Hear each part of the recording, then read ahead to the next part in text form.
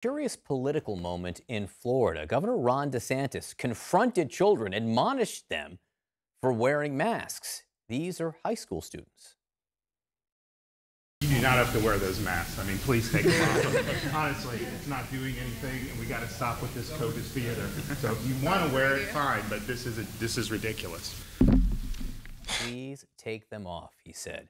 Joining us, CNN Steve Conterno in St. Petersburg, Florida. Look, DeSantis clearly an opponent of masks, but it was striking to see him basically ask the kids to take them off.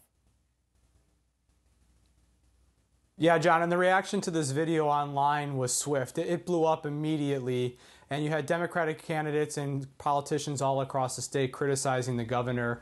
Nikki Fried, the agriculture commissioner who is running for governor, likened DeSantis to a, quote, bully. And then U.S. Representative Charlie Crist, another candidate for governor, he wrote on Twitter criticizing the governor. He said, "Young people in our state deserve to be treated with respect, not dunked on by a heartless, egotistical governor with a political agenda." You know, the governor has been, like you said, a big proponent of mask freedom, and he has been one of the leading opponents of mask mandates. But that was built around choice for people, and a lot of people are saying that DeSantis was trying to take away people's choice in this situation.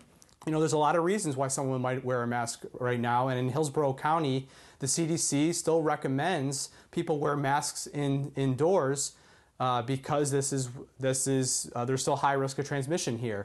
But the governor has been increasingly not just a mask choice, but anti-mask.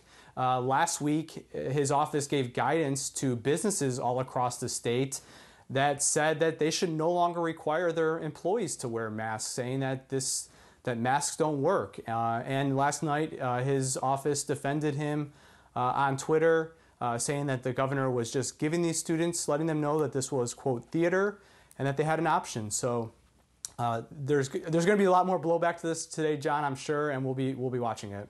All right, Steve Conterno, thank you very much.